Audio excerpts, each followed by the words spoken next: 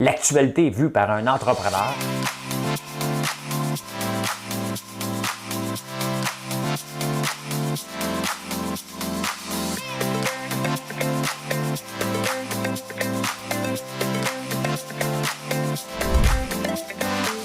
Ça bulle, parce que des fois j'ai des bulles, mais ça bulle.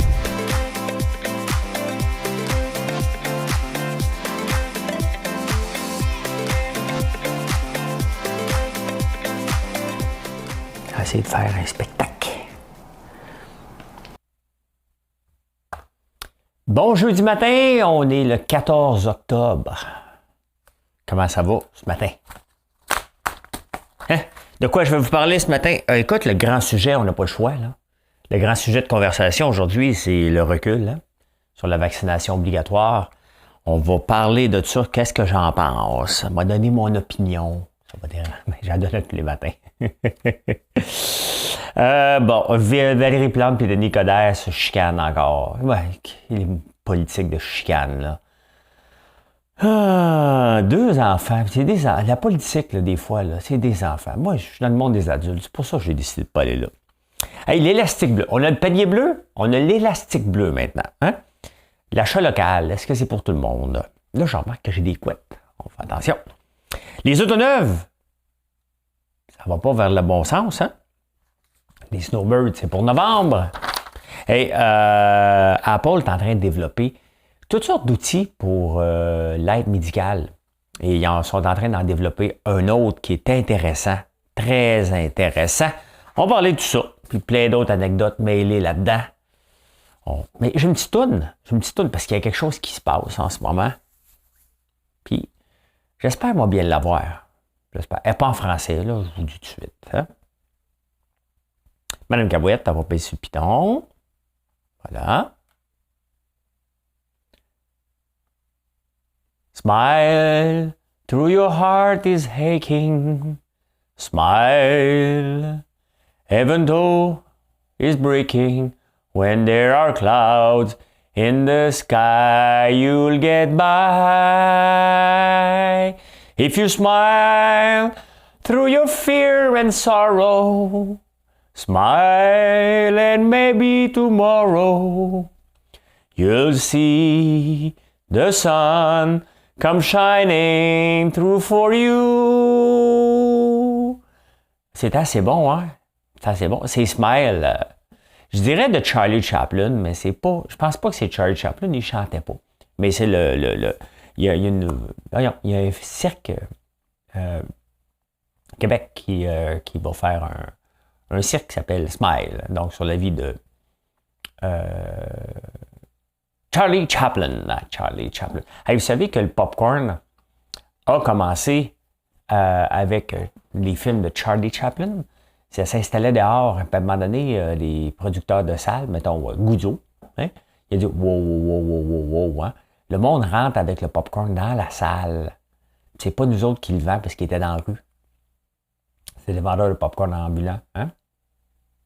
Il a dit on va interdire ça dehors, puis on va le mettre en dedans, puis on va faire de l'argent. On va le vendre 8 fois le prix. Hein?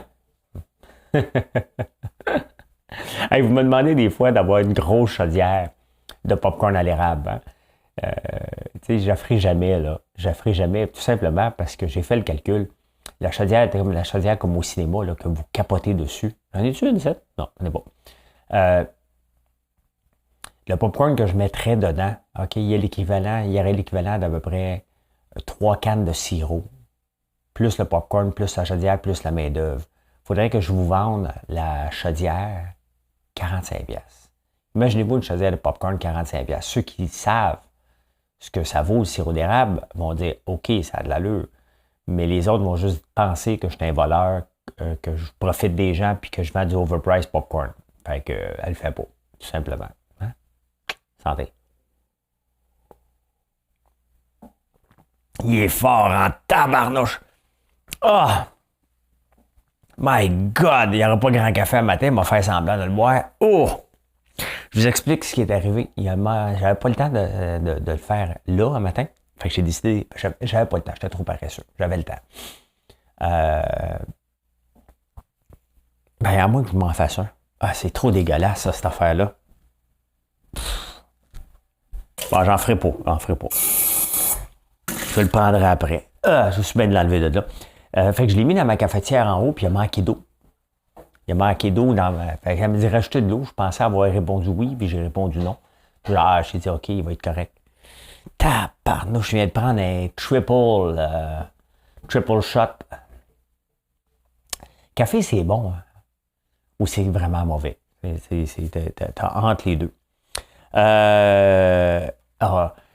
sais, je gère mes propres réseaux sociaux, OK? Au complet. Toutes les plateformes, c'est moi tout seul. Il y a Maxime qui m'aide à faire des statuts pour promouvoir des produits, là, mais le reste, tout est moi. Et hier, il y a un gars qui m'écrit et il me dit fouillez sur le site, tu vends ça, toi, maudit crasseur? Un café. Fait que j'ai dit quoi? Ben, il dit j'ai pas de service, j'essaie de les appeler, j'ai pas de service. Puis j'ai fouillé, t'es un revendeur. Fait que aide-moi. Ben, si tu les as achetés ici. Il me dit non.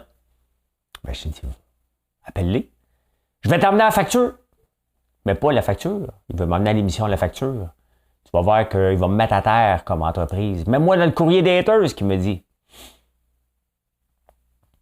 J'ai fait non. J'ai dit, regarde, comment je peux t'aider? C'est ça, tu veux pas m'aider? Je peux pas t'aider. C'est pas ma compagnie. Le gars s'obstinait avec moi. Hein? Puis moi, j'essaie d'être poli. C'est pas que j'essaie, je suis poli. Puis je dis, mais non, regarde, qu'est-ce que tu comprends pas? Je peux pas t'aider. Tu l'as pas acheté ici. Il dit, moi, mais t'es un revendeur. Tu veux crosser le monde? Je dis, mais non, je suis un revendeur. Tous les produits que je revends sur mon site de d'autres compagnies, j'en prends l'entière responsabilité de vous le livrer avec de la bonne qualité. S'ils sont sur le site déjà, c'est que c'est de la bonne qualité, tous les produits. Maintenant, s'il y a un problème, ben, je vais contacter la compagnie, mais je vais vous prendre en main. Mais là, tu ne l'as pas acheté chez nous, puis il veut que je l'aide. Je ne sais pas ce qu'il voulait. Il me faisait juste m'envoyer chier. Fait que je l'ai finalement bloqué. J'ai bloqué 2 personnes hier, ça faisait longtemps. D'après moi, peut-être un soir, la pleine lune doit s'en venir où il se passe quelque chose. Là. Hier, il y avait l'autre avec son hein? Qui m'a montré pour faire une joke plate. Hein?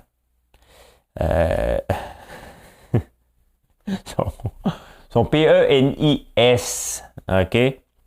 OK? Donc voilà. Squid Game que j'ai écouté. Une chance, je l'ai écouté. Tu sais, c'est le genre de série. J'ai manqué peut-être District 31, là, mais là, j'ai 8 ans. J'ai 4500 épisodes à me taper là, pour tout comprendre. Fait que je commencerai pas. Là. Mais Squid Game, ça me tentait pas. Puis là, j'en entendais parler, je le lisais dans les journaux. J'ai décidé de commencer à l'écouter. J'ai adoré. Mais là, il y en a dans les cours d'école. C'est partout à travers la planète. La Corée du Nord se plaint. La belle fille qui est là-dedans, une des 2 filles qui reste jusqu'à la fin, numéro 77, c'était déjà une mannequin. Et là, elle a des contrats par-dessus la tête, c'est bien évident. Mais ça joue dans les cours d'école. Puis là, qu'est-ce qu'on fait avec ça? Mais ils se tueront pas, là. T'sais.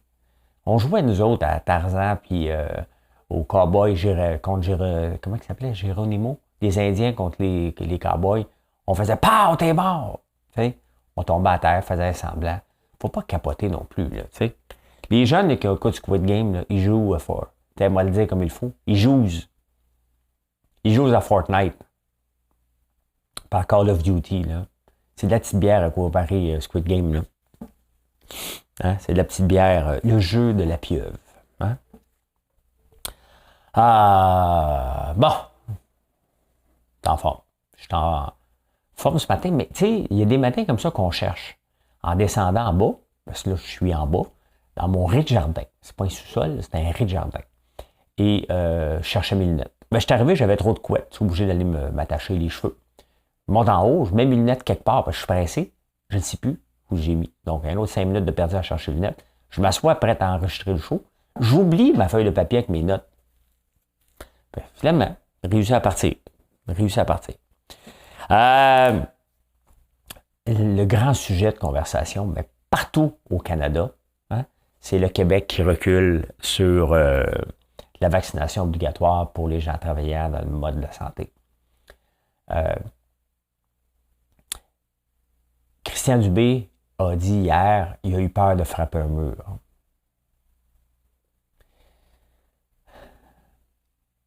tu es allé jouer au poker. L'affaire, là, c'est que tu es allé jouer au poker en pensant que tout le monde était pour se faire vacciner parce qu'il était pour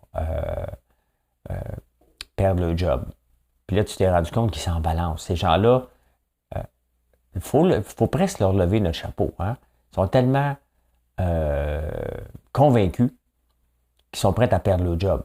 Honnêtement, il y a bien des choses que je suis prêt à faire dans la vie, mais pas de perdre ma job ou de perdre mon revenu ou de perdre ma compagnie. Non, je vais passer par-dessus, me mordre les lèvres, comme on dirait. Hein? Et je vais le faire. Je ne suis pas prêt à perdre des acquis pour tenir mon bout. Mais bon, quand tu es certain que le vaccin va t'empêcher d'avoir des bébés ou des choses, ben, c'est certain que ça va plus loin que la job. Hein? Oubliez le 15 novembre, là. Il repousse du 15 octobre au 15 novembre. Il n'y a plus de date, c'est fini. Il n'y en aura jamais de vaccination obligatoire pour les gens travaillant dans le milieu de la santé. C'est fini. Il a reculé une fois, il ne reviendra plus, on n'entendra plus parler.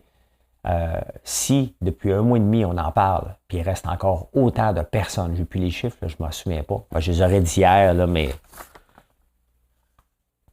Je les ai-tu marqués hier? Non, je l'ai marqué dans ma tête.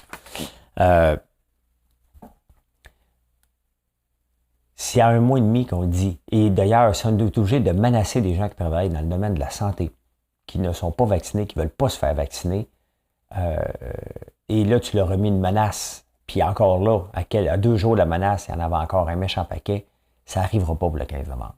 Le même mur est là. Hein, tu l'as juste déplacé un peu. Là. Tu sais, ton mur, là, tu dis, il est à la bonne place. Tu sais, quand tu es en train de construire, là, tu mets un mur, tu dis, il est à la bonne place. Là, tu regardes, tu dis, il n'est pas à la bonne place. Ouais, mais il est tout en place. Ouais, on va le replacer. Tu sais, le mur est là.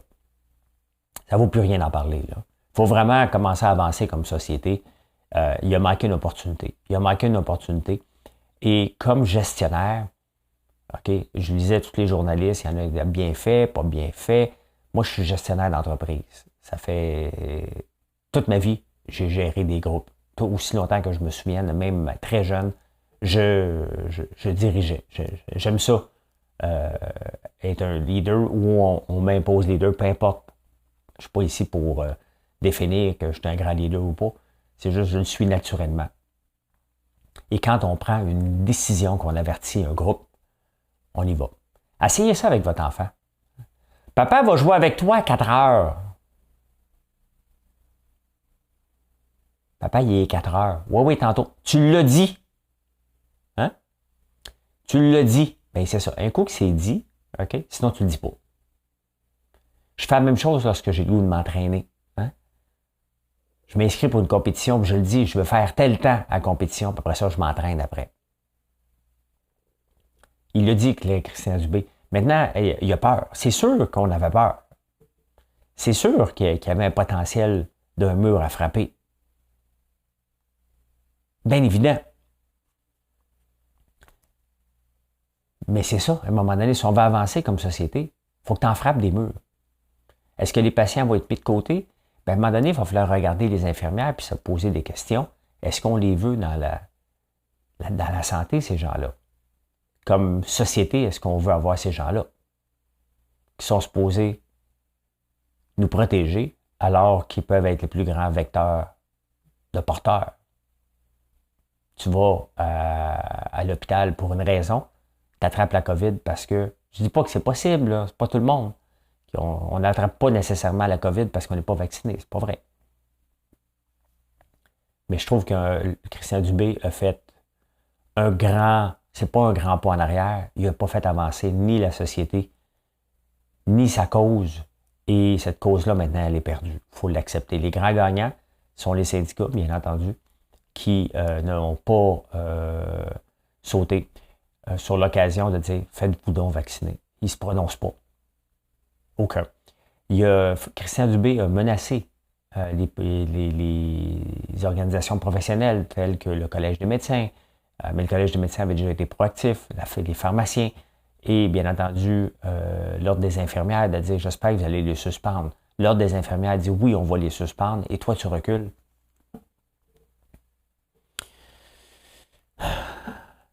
La profession d'infirmier, infirmière prend du recul aussi. Ces gens-là qui sont là qui croient à la science. Tu ne peux pas être infirmière sans croire un peu à la science. Tu peux pas. Tu es étudié là-dedans. Tu donnes des pilules aux gens. Tu soignes les gens. Donc, tu ne peux ne pas croire à la science. Ces gens-là ont reculé. Tout le monde a reculé. Donc, là, il ne fallait pas le faire, ce geste-là. Ni d'un bord, ni de l'autre. La date butoir était là. Tu vis avec la date butoir. Tout simplement. C'est comme ça qu'on fait avancer une société. C'est comme ça qu'on gère. On ne parle pas, mais quand on parle, c'est final. On peut faire des ajustements, bien entendu, là. C'est jamais final. Je l'ai dit, ça va être comme ça. Non, tu t'adaptes, c'est ça, être un bon leader. Mais Christian Dubé n'a pas montré du leadership hier.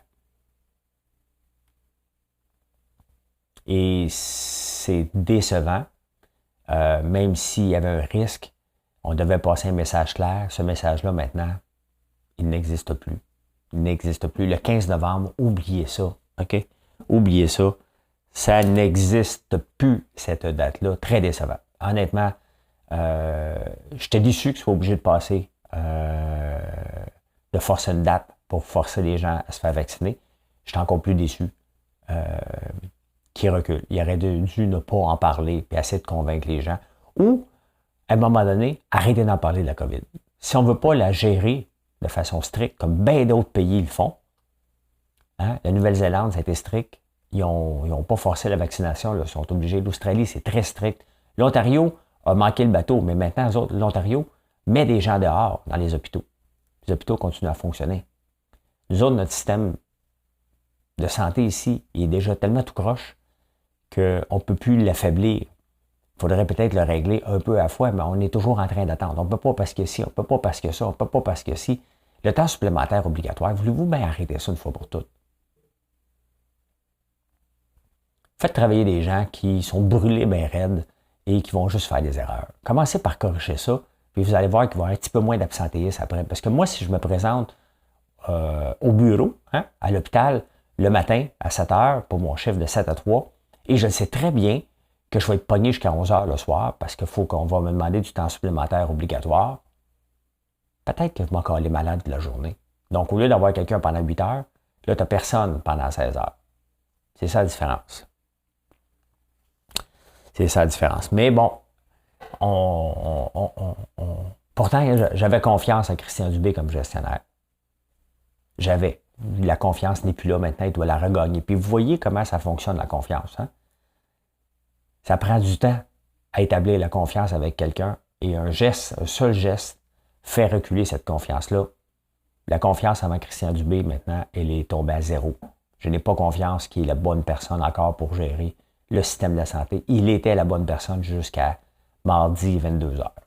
Voilà. Faire semblant de prendre un café.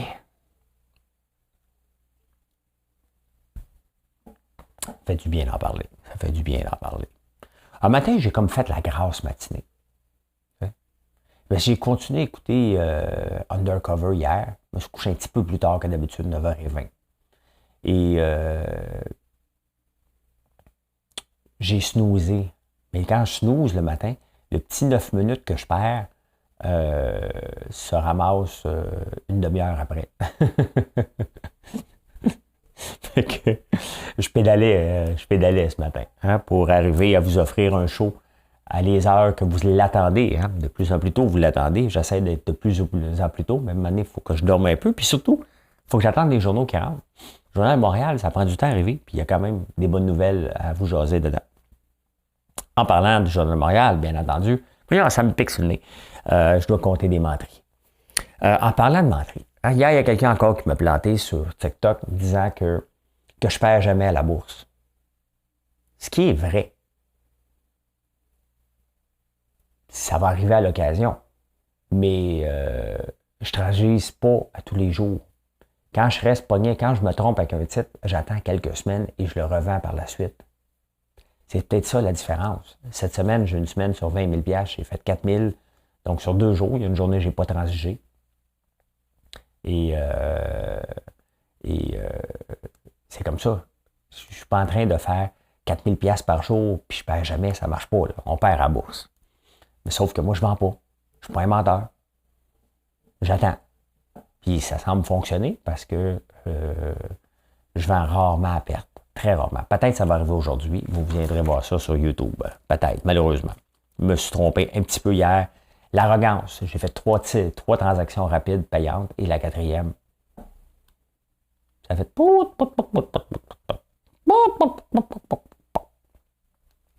Valérie Plante et Denis Coderre s'obstinent sur l'habitation. Il y a un candidat dans Verdun, le maire de Verdun potentiel, dans Denis Coderre, parce que le conseiller, c'est Jean Héroldi. Je ne sais pas s'il fait du porte-à-porte. Tabarnouche. Il doit se faire parler de linge en maudit. Hein? Hey! C'est Jean Héroldi! Comment, Jean Héroldi, bébé? Ben oui! Hein? Contravention de style. Hey, viens donc voir comment que je suis. Là, il arrive en camisole, tu sais.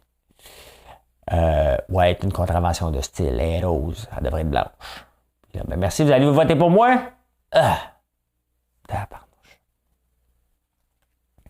Mais il y a un candidat dans Verdun qui est un courtier immobilier qui a fait 2 flips pour un total de 470 000 $ de profit. Et là, Valérie Plante en maudit. C'est pas illégal, selon les courtiers ne devraient pas faire de flip. C'est recommandé. C'est pas illégal selon la profession, c'est juste pas recommandé. Hein?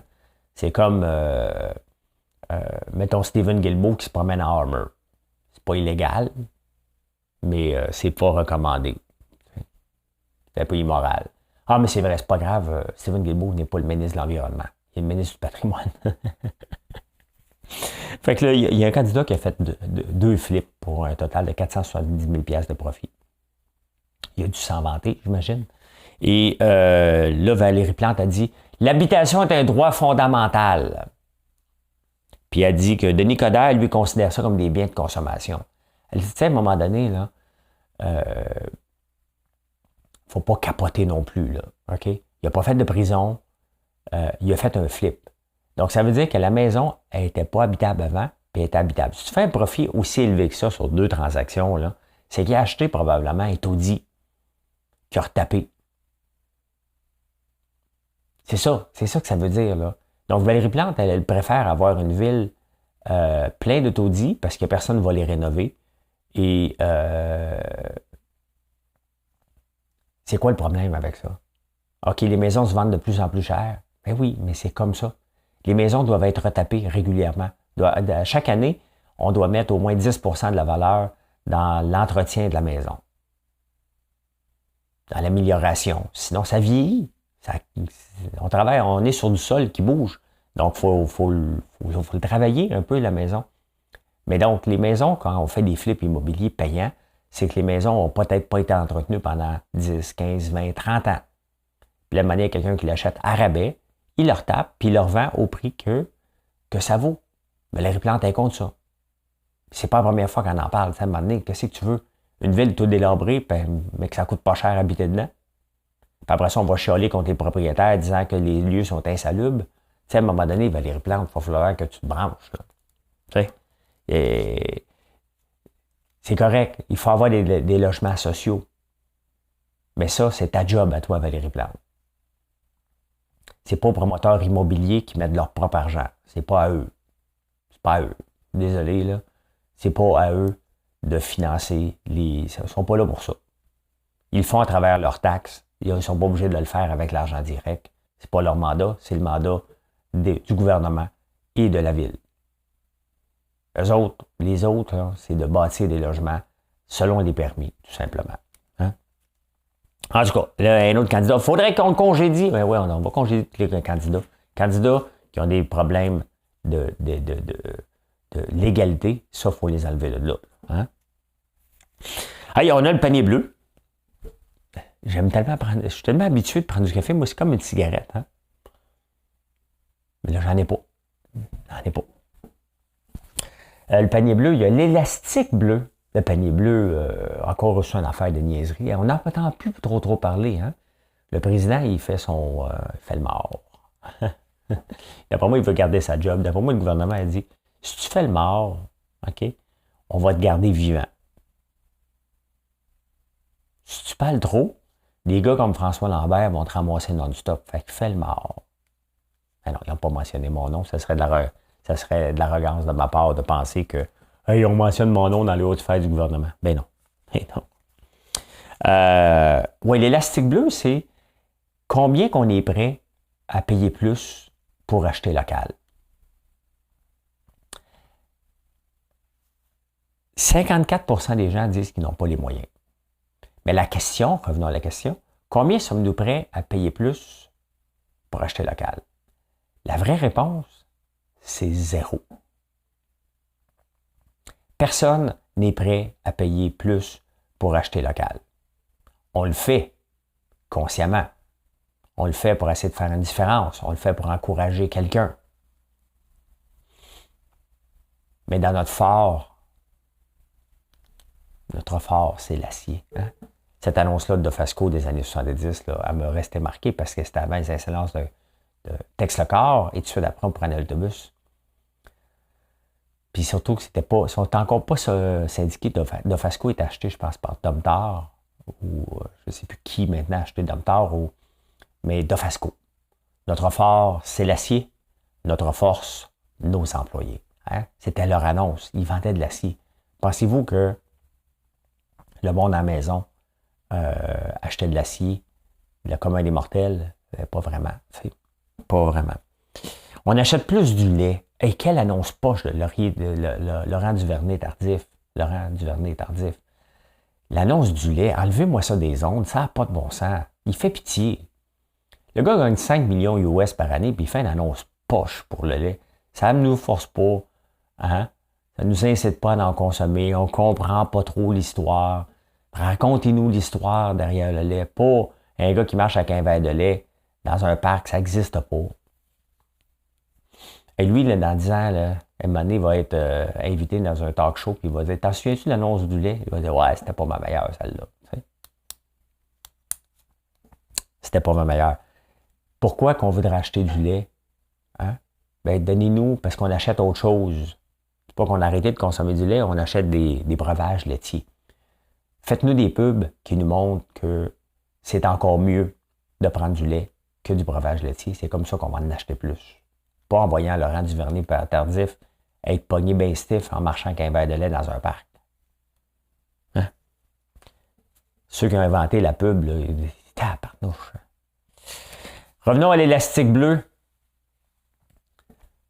Combien sommes-nous prêts à payer pour acheter local? Souvent, là, c'est 0. C'est 0. Et c'est pour ça que je dis, lorsqu'on fait des produits locaux, ben, il faut aller dans l'unicité. L'unicité, excusez. Hein? Ça donne rien de se battre. Regardez, moi, je veux faire de l'ail noir. Ben, c'est pas que je fais de l'ail noir. Je vais planter mon propre ail. En ce moment, je l'achète de différents producteurs québécois. La compétition de l'ail au Québec, quand même, qu'il y a un marché. Il y en a un. Hein? Mais on ne mange pas des gousses d'ail comme une pomme. On va avoir une petite haleine. Là. On va avoir du bon ail. Mais on a la compétition chinoise. Et elle ne coûte pas cher, l'ail chinois. Donc, si tu produis de l'ail, les gens vont se référer à l'ail chinois, qui est sur nos tablettes, qui ne coûte pas cher. Donc, combien qu'on est prêt à payer? Les gens vont dire, c'est juste de l'ail, bébé. Là. T'sais. Hey, bébé, regarde, c'est de l'ail du Québec! 12 piastres. Puis juste à côté, c'est marqué ail provenant de la Chine, 1 piastre. Bébé, c'est juste de l'ail. Ouais, mais du Québec. Ouais, mais 12 piastres. L'autre est 1 piastre. C'est à peu près ça, la différence. Là. C'est grande que ça. Là. On n'est pas prêt à payer ça.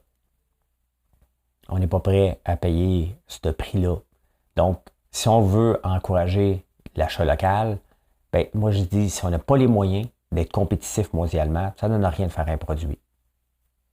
L'achat local est quand même une vague. On espère qu'elle va continuer. On va continuer si on est capable d'offrir des prix qui ont de l'allure. Sinon, on ne continuera pas cette vague-là.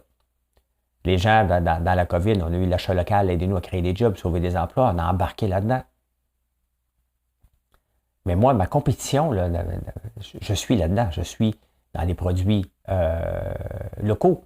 Je vous demande d'encourager, pas d'encourager, mais d'acheter locaux, mais je vous offre des prix concurrentiels. Les barres de savon, là, j'y vends pas 9 piastres. Il y en a d'autres qui vendent ça 8-9 piastres, sous le prétexte que c'est... Oh, ça sent bien bon, ça. Noix de coco, on est en vacances. T'es en vacances, bébé! Je ne vends pas 9 piastres. OK? Je ne suis pas capable de vous regarder. J'aime mieux avoir des marges plus petites puis vous l'offrir à un prix abordable. Donc, c'est ça. Il faut que je sois compétitif avec le produit qui n'est pas local, tout simplement. C'est comme ça. Donc, l'élastique bleu, il y a une limite. Hein? Il y a une limite à convaincre les gens de nous acheter et être plus cher. On est capable de faire des produits qui sont concurrentiels à travers le monde, mais il faut aller différemment. Et c'est ce que je fais avec l'ail noir, et c'est ça qu'il faut faire. Faire des produits à valeur ajoutée, tout simplement. Hey, les autos neuves. Les autos neuves, on a de la misère à en trouver, hein? Et à cause des puces. Puis, mais regardez, hein, en 2019, ça fait longtemps que le problème existe, là. En 2019, on achetait mondialement 92 millions d'autos. En 2020, 78 millions, quand même une bonne baisse. En 2021, 72 millions. C'est 20 millions de moins d'autos. C'est énorme, hein? C'est pas parce qu'on achète des autos électriques. Il manque des puces aussi pour les autos électriques. Et la pénurie va rester jusqu'en 2023. Et c'est pour ça que maintenant, un auto usagé vaut presque aussi cher qu'une auto neuve. Comme moi, je vais remettre mon auto en 2023, mon camion. Donc ça, il faut que je commence à penser. Il faut penser presque un an d'avance. C'est le délai, hein, en moyenne, de 6 à 9 mois pour la plupart des autos. Donc probablement un an et demi pour les autres autos. Donc c'est quand même impressionnant, hein, que des puces, comment ça se fait qu'on a manqué de puces, qu'on ne l'a pas vu venir, celle-là, et que les compagnies ne sont pas capables d'en produire davantage, puis on ne voit pas de nouvelles compagnies voir le jour. Il y a tout un mystère entourant ces puces-là que je ne comprends pas. Je ne sais pas qu'il y a un complot, là, loin de là, là. Je ne comprends juste pas comment ça se fait qu'on n'est pas capable d'en produire davantage. C'est quoi qui manque pour ouvrir la machine ou ouvrir des nouvelles usines quand il y a de l'argent sur la table. C'est ça que ça veut dire, là. Êtes-vous un snowbird, vous autres? Moi, j'ai déjà été snowbird en 2014. Une couple de semaines entre janvier et avril. Le temps des sucres. Donc, pendant 2 mois, là. Pendant 2 mois, je faisais une semaine ici, j'avais mes enfants, une semaine en Floride. Une semaine ici, une semaine en Floride, et comme ça. Puis j'ai adoré ça. J'aime l'hiver, là. Mais il reste que c'est quand même le fun être dans le sud. J'étais en Floride et ça me tenterait un jour. Je ne suis pas pressé, là, tu sais, d'avoir mon pied à terre quelque part. Facile d'accès, donc à 3h30, 4 heures de vol direct. C'est sûr que le Costa Rica, c'est beau, Barbade, c'est beau, mais là, ça commence à être problématique, puis j'ai pas de jet privé, je suis pas assez riche. Hein? Fait que, mais là, les snowbirds vont pouvoir recommencer à partir du 1er novembre. C'est sûr que lorsqu'ils reviennent, mais ils reviennent avec une fois par année, hein? Peut-être à Noël, il va falloir qu'ils se fassent tester les 72 heures avant d'arriver, ce qui n'est pas la fin du monde. Fait que tant mieux, écoute, ça fait 18 mois qu'il y en a qui ne vont pas, puis ils ont des maisons. Pour nous autres, qu'on ne l'est pas, on ne comprend peut-être pas, mais les gens qui habitent dans le coin, puis c'est ça qu'on parlait dans les journaux, dans le coin de Bedford, dans le coin des cantons de l'Est, souvent, eux autres, ils ont un chalet juste de l'autre côté, au Vermont. Ils ne peuvent pas y aller depuis 18 mois. Hein? Fait que là, ils vont pouvoir y aller finalement.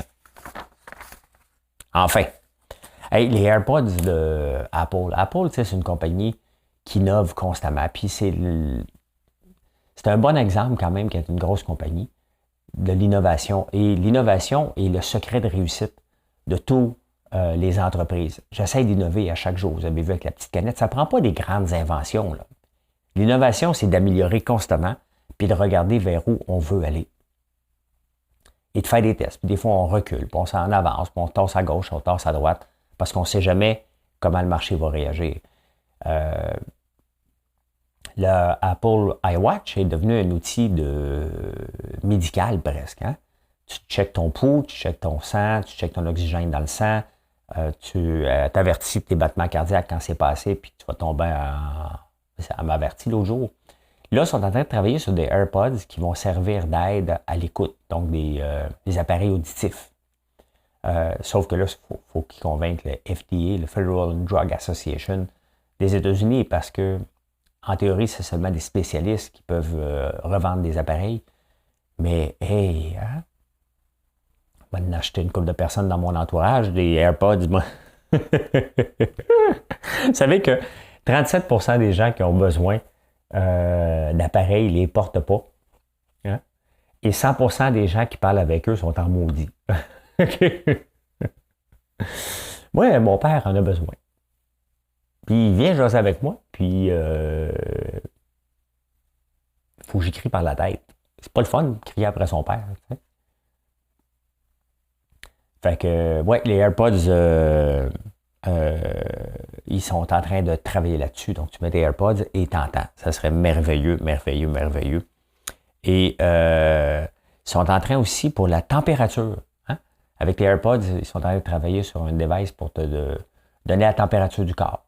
Honnêtement, bientôt, on va être connecté. On va le savoir en tout temps. Oh, je commence une fièvre. Oh, mon rythme cardiaque descend. Oh, hein? On va être hyper connecté. On ne saura pas quoi faire avec ça, là. À part qu'aller googler puis s'inventer des maladies. Là, oh, j'ai ça, ça veut dire ça. Hein? Elle est déjà faite. Maintenant, je ne le fais plus. Je fais plus ça. Ils sont en train aussi de développer des nouvelles applications pour l'iPhone pour détecter la dépression. Donc, c'est quand même spécial parce qu'Apple veut protéger notre vie privée en minimisant les pubs, tirant l'impact de Facebook. Puis en même temps, il dit, bien, on va analyser ce que tu fais. Puis on va détecter, voir si tu as de la dépression pour te mettre en contact avec des gens. Ce qui est bien, ce qui est excellent. T'sais. Mais le concept de vie privée, avec tout ça, prend le bord quand même un peu. Moi, je m'en fous royalement. T'sais. N'importe quel bébé, moi, qui est là pour m'aider dans la vie, là. Ou si j'avais un temps down, puis un temps un peu plus maussade dans ma tête, puis que l'iPhone dit, gars, ça va pas bien, on va t'envoyer de la belle musique. Hein? Smile. If you Je viens de la chanter, je ne me souviens même pas. Eh bien, voilà comment j'ai vu l'actualité en ce beau jeudi 14 octobre. Merci d'être là. Merci d'être toujours présent. N'oubliez pas de faire un like, de vous abonner à la chaîne. Ça fait longtemps que je ne l'ai pas demandé. Et si vous aimez la bourse, je suis là à 9h20 jusqu'à 10h15. Et ça ne vous donne rien de vous montrer vos organes. Je vous bloque si vous le faites. Hein? Restez poli, restez le fun. Je veux vous répondre. Je réponds à 300-400 messages par jour. Je n'ai pas le temps d'avoir vos photos intimes dans mon inbox. Hey, bye tout le monde. Bonne journée.